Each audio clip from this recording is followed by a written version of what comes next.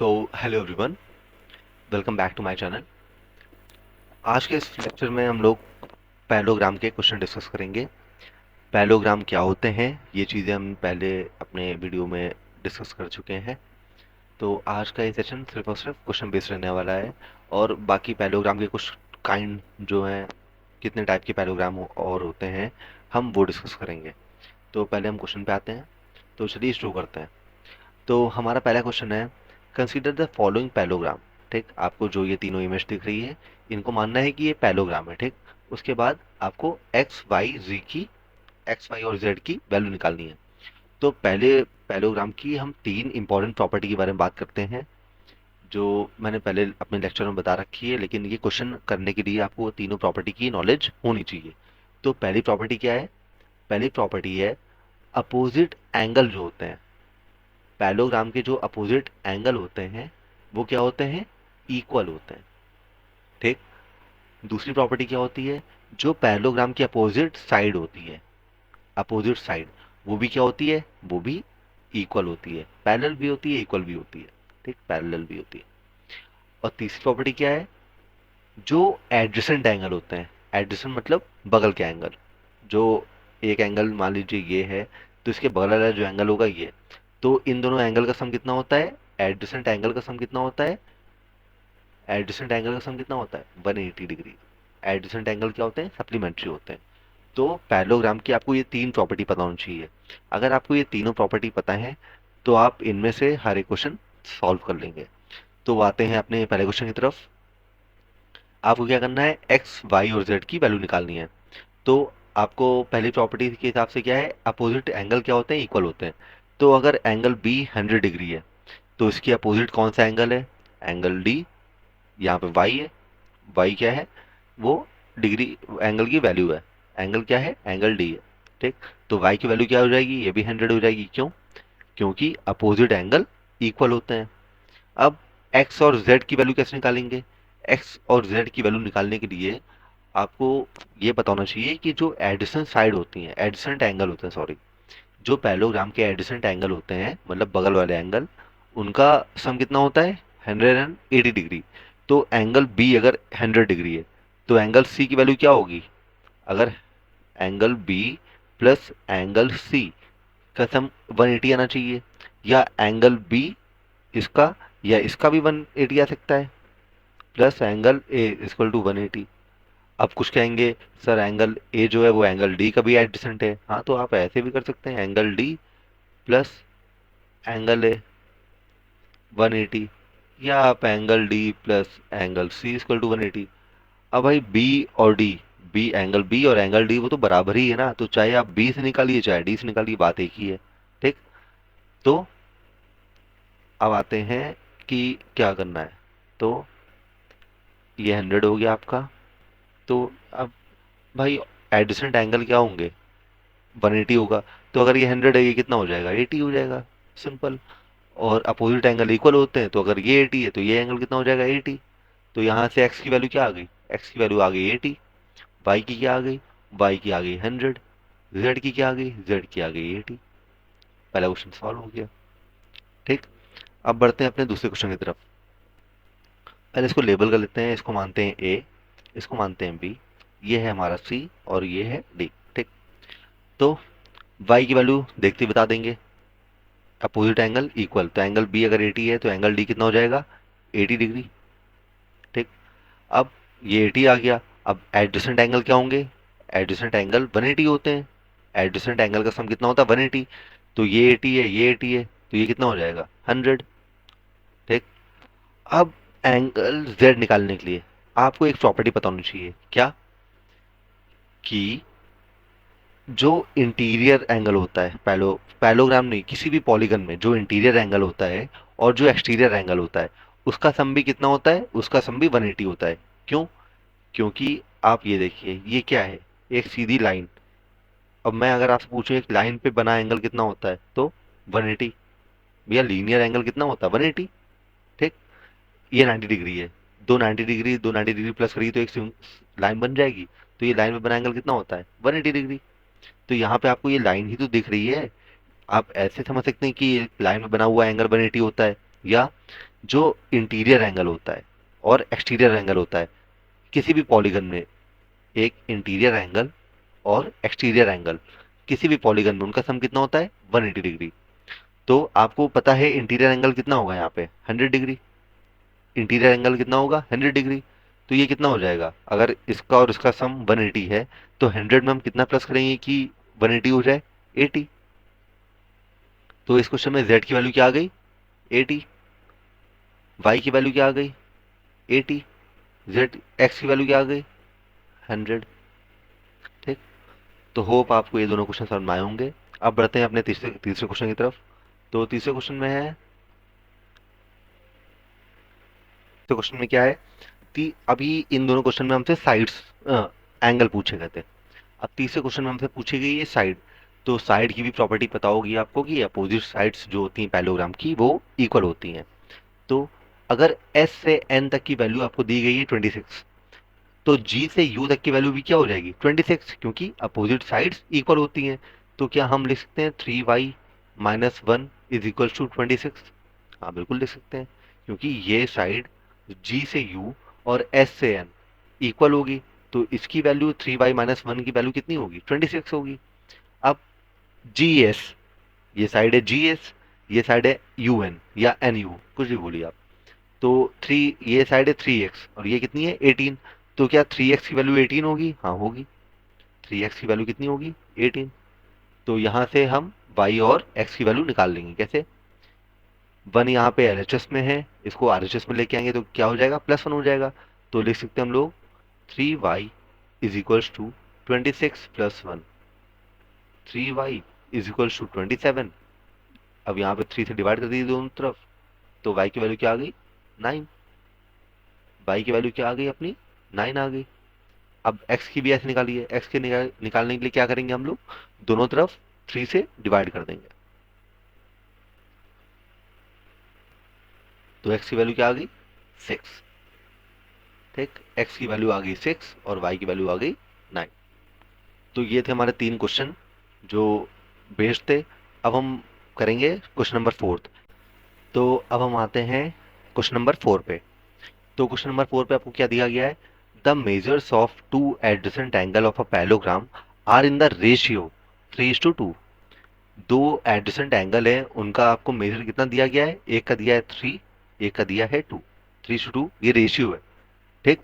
हम किसी भी चीज के हम किसी भी डिजिट के अगर रेशियो दिए हुए हैं, किसी भी नंबर का रेशियो अगर दिया हुआ है, उसको अगर उसके एचसीएफ से हम मल्टीप्लाई करेंगे। ठीक। सपोज 300 और 200 ये दो नंबर है। तो अगर इनको रेशियो शॉर्ट फॉर्म में लिखना है क्या लिखेंगे हम लोग, 100 से इसको डिवाइड कर दिया, 100 से इसको डिवाइड कर दिया, तो 3:2। अब ये रेशियो आ गया 3:2। अब इसको अगर वापस से हमें 300 और 200 चाहिए, तो इनके एचसीएफ से हमें मल्टीप्लाई करना पड़ेगा 3 और 2 को कि नहीं। भाई एचसीएफ क्या था 100 था इसका, इन दोनों का एचसीएफ क्या था, हाईएस्ट कॉमन फैक्टर क्या है 100 है। तो हम 100 को अगर 3 से मल्टीप्लाई करेंगे तो 300 आ जाएगा, 2 को मल्टीप्लाई करेंगे तो 200, वापस से वही नंबर आ गए। तो वही चीज़, हम किसी भी रेशियो फॉर्म को अगर हमें एग्जैक्ट वैल्यू चाहिए नंबर की, तो हम उसको किससे मल्टीप्लाई करेंगे उनके एचसीएफ से। ठीक। तो हम लेट एचसीएफ को क्या मान लेते हैं, दोनों में कॉमन है, तो हम एचसीएफ को मान लेते हैं एक्स। तो 3x और यहाँ क्या हो गया 2x। 3x और 2x क्या है एडजेसेंट एंगल है, 3x और 2x क्या है एडजेसेंट एंगल है। तो एडजेसेंट एंगल का सम कितना होता है, एडजेसेंट एंगल का सम होता है 180 डिग्री। तो क्या हम ऐसे लिख सकते हैं 3x plus 2x is equals to 180 degree, बिल्कुल लिख सकते हैं। तो 3x प्लस 2x कितना हुआ 5x is equals to 180 degree. तो यहाँ से जो x था, x क्या था एचसीएफ था, एचसीएफ की वैल्यू क्या आ जाएगी, अगर हम दोनों तरफ 5 से डिवाइड कर दें, 5 से इधर भी डिवाइड कर दें और 5 से इधर भी, तो x की वैल्यू क्या आ गई 36। तो हमारा एचसीएफ क्या आ गया 36 आ गया। तो हमें एंगल निकालने के लिए क्या करना है x से मल्टीप्लाई करना है। तो 36 3 जा कितना होता है 108 और 36 2 जा कितना होता है 72। तो क्या एक एंगल अपना 108 होगा, एक 72 होगा। अब एक पैरेललोग्राम ड्रॉ करते हैं, एडजेसेंट एंगल एक है 108, तो आप चाहे ये वाला एंगल 108 रखिए, चाहे ये वाला एंगल 108 रखिए, या ये वाला रखिए या ये वाला रखिए, आपकी मर्जी है। तो हम ये वाला एंगल 108 रख रहे हैं। तो इसका इसका एडजेसेंट एंगल कितना होगा? 72। मतलब बगल वाला एंगल क्या होगा? 72। बगल वाला 72, तो अपोजिट भी 108। ये पैरेललोग्राम के आपके सारे एंगल आ गए। ठीक, तो ये थे आपके 4 क्वेश्चन। अब हम बात करते हैं पैरेललोग्राम के कुछ इंपॉर्टेंट टाइप्स की। ठीक, तो कुछ स्पेशल पैरेललोग्राम की बात करेंगे, टाइप्स नहीं, कुछ ये यही पैरेललोग्राम होते हैं। ठीक, तो पहले हम बात करते हैं रोम्बस की। रोम्बस क्या होता है? रोम्बस एक ऐसा पैरेललोग्राम या एक ऐसा फिगर जिसकी सारी साइड इक्वल होती हैं और ये क्वाड्रिलेटरल होता है। क्वाड्रिलेटरल मतलब क्या होता है? जिसके पास 4 साइड्स और 4 एंगल होते हैं उसको क्वाड्रिलेटरल कहते हैं। ये हम क्लास 1 में समझ चुके हैं। ठीक, तो ये एक ऐसा क्वाड्रिलेटरल है। क्वाड्रिलेटरल मतलब जिसके पास 4 साइड्स हैं और चारों साइड क्या होंगी? इक्वल होंगी। अगर ये 3 सेंटीमीटर है तो ये भी 3 सेंटीमीटर होगा, ये 3 सेंटीमीटर होगा और ये भी 3 सेंटीमीटर होगा। और जो रोम्बस के जो डायगोनल होते हैं, डायगोनल क्या होते हैं? ये जो एक ऐसी साइड सबसे एक ऐसी साइड जो एडजेसेंट एंगल पे ना जा करके एक एंगल छोड़ के दूसरे एंगल पे जाए, उसको डायगोनल कहते हैं। सपोज ये पेंटागन है, ये पेंटागन है। अब ये ए है, ये बी है, ये सी, ये डी, ये ई। ठीक, ए से बी बगल में है, तो ए से बी तक तो साइड गई हुई है, लेकिन ए से सी तक कोई साइड नहीं गई है। तो अगर हम ए से सी तक कोई एक लाइन ड्रॉ करेंगे तो ये क्या है? डायगोनल है। ए से डी तक क्या है? डायगोनल है। बी से सी तक क्या होगी? डायगोनल होगी। तो एडजसेंट साइड को या एडजसेंट वर्टिस को छोड़ के हम किसी दूसरी वर्टिस पे कोई भी साइड ड्रॉ करेंगे उसको क्या कहते हैं? डायगोनल कहते हैं। तो जो रोम्बस की डायगोनल होती है वो क्या होती है? Perpendicular bisector. अब यहाँ पे आपको परपेंडिकुलर बाइसेक्टर, अभी तक आपने समझा बाइसेक्टर क्या होता है? बाइसेक्टर क्या होता है? सपोज ये लाइन है 6 सेंटीमीटर की, कितनी? 6 सेंटीमीटर की। तो एक लाइन ने इसको काटा और ऐसा काटा कि इधर भी 3 है, इधर भी 3 है, मतलब इक्वल पार्ट में काटा। तो इस लाइन को क्या कहते हैं हम लोग? बाइसेक्टर कहते हैं। क्या कहते हैं? बाइसेक्टर। वो लाइन जो एक लाइन को इक्वल इक्वल पार्ट में काटे उसे हम लोग क्या कहते हैं? बाइसेक्टर कहते हैं। अब जरूरी नहीं है कि इसने काटा तो ये एंगल 90 डिग्री हो, ये कितने भी डिग्री का हो सकता है, लेकिन ये एंगल और ये एंगल बराबर होगा ना। तो परपेंडिकुलर बाइसेक्टर वो होता है, सपोज ये ही लाइन थी। ठीक, ये लाइन है 6 सेंटीमीटर की, एक लाइन ने काटा लेकिन लाइन ने बाइसेक्ट किया। थ्री थ्री 6 सेंटीमीटर लाइन थी, इसने इसको बाइसेक्ट किया आधे आधे में। ठीक, और ऐसा बाइसेक्ट किया कि 90 डिग्री पे किया, मतलब जो एंगल बनेगा वो 90 डिग्री बनेगा। तो ऐसे बाइसेक्टर को क्या कहते हैं? Perpendicular bisector.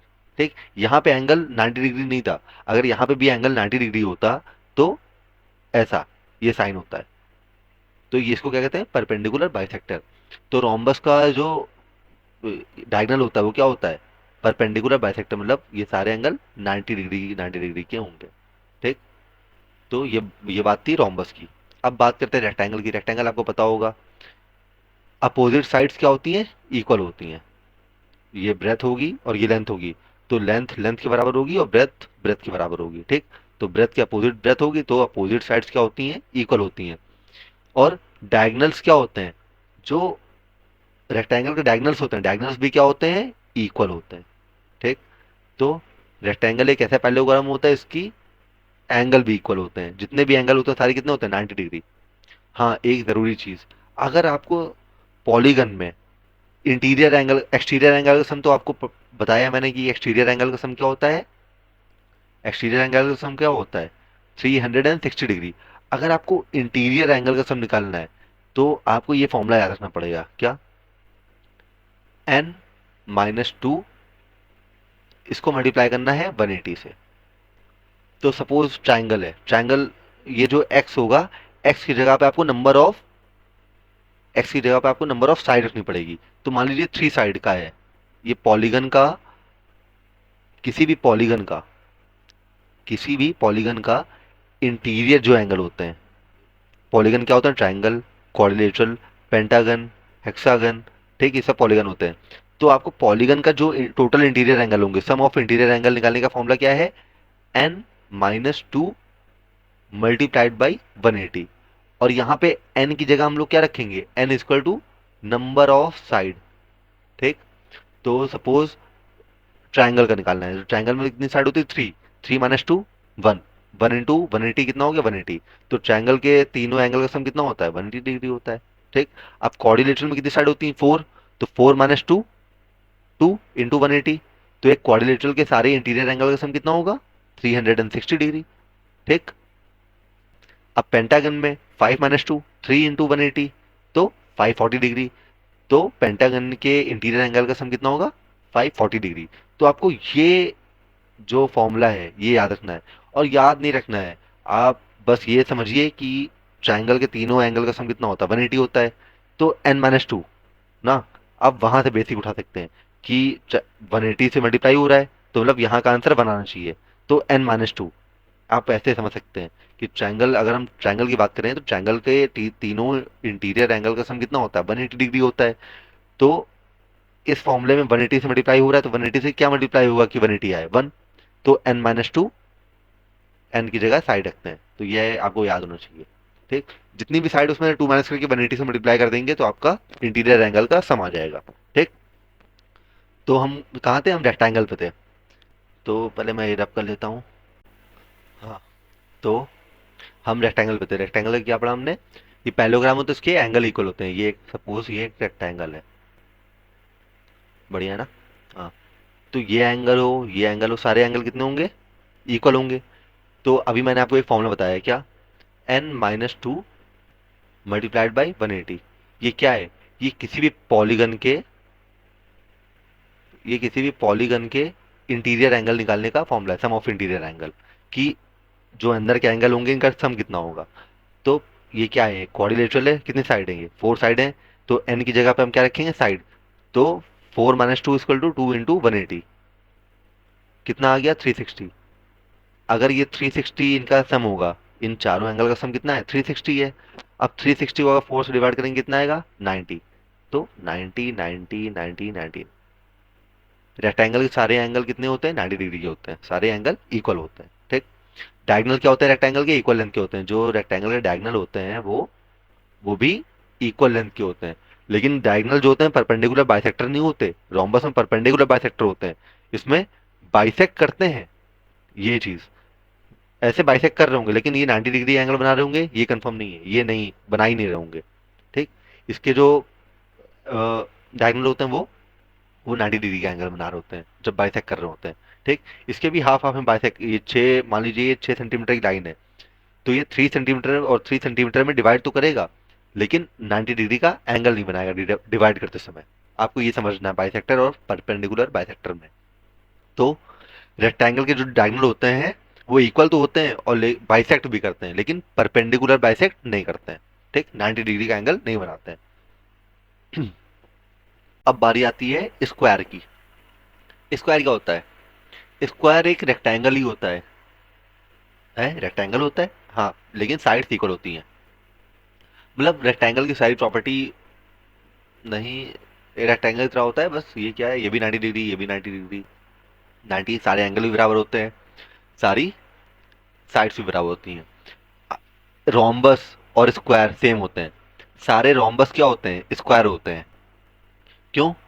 जो भी रोम्बस की प्रॉपर्टी है वो स्क्वायर की भी प्रॉपर्टी है। साइड्स इक्वल होती हैं, दोनों में साइड इक्वल होती हैं। ठीक। दोनों के डायगोनल क्या होते हैं? Perpendicular bisector. इसके डायगोनल क्या होते हैं? परपेंडिकुलर बाइसेक्टर होते हैं। ठीक। लेकिन रोम्बस और स्क्वायर में अंतर क्या है? रोम्बस के हर एंगल 90 डिग्री नहीं होते। ठीक। ये रोम्बस है, तो ये एंगल सारे एंगल 90 डिग्री नहीं होंगे, लेकिन स्क्वायर के सारे एंगल कितने होते हैं? 90 डिग्री होते हैं। ठीक। तो रोम्बस और स्क्वायर में ये डिफरेंस है। बाकी स्क्वायर की प्रॉपर्टी क्या है? सारी साइड्स इक्वल होती हैं, सारे एंगल इक्वल होते हैं, और जो इसके डायगोनल होते हैं वो परपेंडिकुलर बाइसेक्टर होते हैं। ठीक। ये तीन प्रॉपर्टी हैं स्क्वायर की। होप आपको पैरेललोग्राम क्या होते हैं, कुछ स्पेशल टाइप के पैरेललोग्राम, ये भी आपको समझ में आए होंगे। आपको रोम्बस, रेक्टेंगल और स्क्वायर क्या होते हैं ये समझ में आए होंगे। तो हमने क्या सीखा? तो अब हमारा ये जो अंडरस्टैंडिंग कोऑर्डिनेटर चैप्टर है ये हो रहा है फिनिश। तो इस चैप्टर में हमने क्या बात की? पैरेललोग्राम की बात की। पैरेललोग्राम क्या होता है? एक ऐसा कोऑर्डिनेटर जिसमें अपोजिट जो अपोजिट साइड्स होती हैं वो पैरेलल और इक्वल होती हैं। ठीक। वो पैरेललोग्राम होता है। अपोजिट साइड्स क्या होती हैं? पैरेलल भी होंगी, एक दूसरे के पैरेलल होंगी, जो आगे जाके कभी इनफाइनाइट तक आप ड्रॉ कर दीजिए, ये मीट नहीं करेंगी, और इक्वल भी होती हैं, तो वो पैरेललोग्राम होता है। ठीक, अपोजिट साइड्स क्या होती हैं, इक्वल होती है। प्रॉपर्टी क्या होती है इनकी, अपोजिट साइड्स इक्वल होती हैं, अपोजिट एंगल भी इक्वल होते हैं, और डायगोनल क्या होते हैं, बाइसेक्ट करते हैं। रोम्बस एक parallelogram with sides of equal length, जिसकी सारी साइड इक्वल लेंथ की होती है, वो क्या होता है, रोम्बस। उसकी प्रॉपर्टीज क्या होती हैं, all the properties of parallelogram. Parallelogram की जितनी भी प्रॉपर्टी हैं, वो सारी प्रॉपर्टी रोम्बस में इंक्लूडेड है। लेकिन बस एक और चीज क्या है, कि डायगोनल्स जो होते हैं वो परपेंडिकुलर बाइसेक्टर होते हैं। ठीक, पैरेललोग्राम में क्या डायगोनल बाइसेक्ट करते हैं, लेकिन रोम्बस में क्या करते हैं, परपेंडिकुलर बाइसेक्ट करते हैं, 90 डिग्री पे बाइसेक्ट करते हैं। ठीक, रेक्टेंगल भी अभी हमने पढ़ा। पैलोग्राम होता है जिसमें राइट एंगल होता है, मतलब सारे एंगल 90 डिग्री होते हैं। एक ऐसा पैलोग्राम जिसके सारे एंगल कितने होते हैं, इंटीरियर, सारे इंटीरियर एंगल 90 डिग्री, और एक्सटीरियर भी 90 होंगे। तो all the properties of parallelogram, जो भी पैलोग्राम की प्रॉपर्टी होगी वो रेक्टेंगल की प्रॉपर्टी होगी। ठीक, उसके अलावा each of the angle is right angle, जो भी एंगल होंगे वो 90 डिग्री होंगे। ठीक, डायगोनल क्या होंगे, डायगोनल भी इक्वल होते हैं। ठीक, अपोजिट साइड्स क्या होती हैं, पैरेलल भी होंगी और इक्वल भी होंगी। अब स्क्वायर, एक रेक्टेंगल जिसकी सारी साइड इक्वल हो वो स्क्वायर है। ठीक, तो स्क्वायर के जो डायगोनल होंगे वो भी इक्वल होंगे, हर एंगल 90 डिग्री पे भी होगा, और सारी साइड्स इक्वल भी होंगी। जो जो भी प्रॉपर्टी होती है पैलोग्राम की, रोम्बस की, रेक्टेंगल की, सारी प्रॉपर्टी स्क्वायर में मिल जाएंगी आपको। काइट हमने पहले पढ़ा था, काइट क्या होता है, काइट एक क्वाड्रिलेटरल होता है जिसकी दो पेयर इक्वल, जो कॉन्जिक्यूटिव साइड होती हैं, दोनों, दो दोनों पेयर की वो इक्वल होती हैं। जैसे यहाँ से हम ड्रॉ करते हैं, अगर ये 4 है तो आपको इसके बगल में भी 4 सेंटीमीटर की ही साइड बनानी पड़ेगी। अगर आपने ये 5 बना दिया तो आपको यहाँ पे 4 बनाना पड़ेगा, और ये कितना हो जाएगा, 5। तो दो कंजिक्यूटिव साइड जो होती हैं, एक पेयर जो होता है, एक पेयर ये हो गया, एक पेयर ये, तो दोनों पेयर क्या होता है, आपस में इक्वल होगा। तो ये काइट का होता है। तो the diagonals are perpendicular to one another, जो काइट के डायगोनल होते हैं वो क्या होते हैं, परपेंडिकुलर होते हैं, परपेंडिकुलर होते हैं। One of the diagonal bisect the other, एक डायगोनल क्या होता है, दूसरे, एक डायगोनल दूसरे को बाइसेक्ट करता है। सपोज ये है, दोनों एक दूसरे को बाइसेक्ट नहीं करते। ये वाला जो डायगोनल होगा, जो ये वर्टिकल डायगोनल है, ये हॉरिजॉन्टल को बाइसेक्ट कर रहा है यहाँ पे। ठीक, अब ये हॉरिजॉन्टल वाला वर्टिकल को नहीं बाइसेक्ट कर रहा है, क्यों, क्योंकि वर्टिकल वाला यहाँ पे ऊपर छोटा है, यहाँ पे बड़ा है, तो बाइसेक्ट नहीं कर रहा है। तो एक डायगोनल दूसरे को, सिर्फ एक डायगोनल ही दूसरे को बाइसेक्ट करता है, दोनों आपस में बाइसेक्ट नहीं करते। लेकिन रोम्बस में और स्क्वायर में क्या है, यहाँ पे ये दोनों क्या करते हैं, बाइसेक्ट करते हैं दोनों एक दूसरे को। ठीक, एक्स बनता है मान लीजिए, तो ये भी 3 होगा, ये भी 3 होगा, ये भी 3 होगा, ये भी 3 होगा। ठीक, ये है डिफरेंस। तो होप ये सारी चीजें आपको समझ में आई होंगी। तो अब हमारा चैप्टर खत्म होता है, अंडरस्टैंडिंग क्वाड्रिलेटरल्स। चैनल को सब्सक्राइब नहीं किया अभी तक तो सब्सक्राइब कर लीजिएगा, और लाइक कर दीजिएगा, शेयर कर दीजिएगा। चलिए, थैंक यू।